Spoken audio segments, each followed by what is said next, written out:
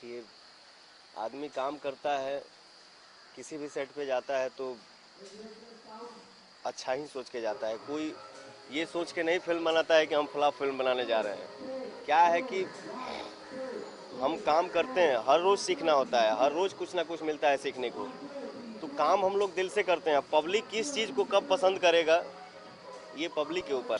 चाचा जी बहुत गाना लिख चुके हैं मेरे लिए, और भोजपुरी के सबसे बड़े राइटर हैं। जो इंसान 15,000 से 20,000 के रेंज में गाना लिख चुका है, तो उस इंसान में कुछ तो बात है। क्योंकि सबके बस की बात नहीं है कि कोई 10,000 15,000 गाना लिख दे। चाचा के साथ काम करके बहुत अच्छा लग रहा है। चाचा बोलता हूँ थोड़ा सा शर्माता भी हूँ उनके सामने। तो मैं उनसे बोल के रखा हूँ कि मैं जब शॉट दूँ तो थोड़ा आप साइड में रहिए। अच्छा लग रहा है, बहुत अच्छा गाना गाया हूँ इसमें। उस गाने का बोल है, गली गली घूमेलो हो मन के भंवरवा, मिले नहीं चिको करार।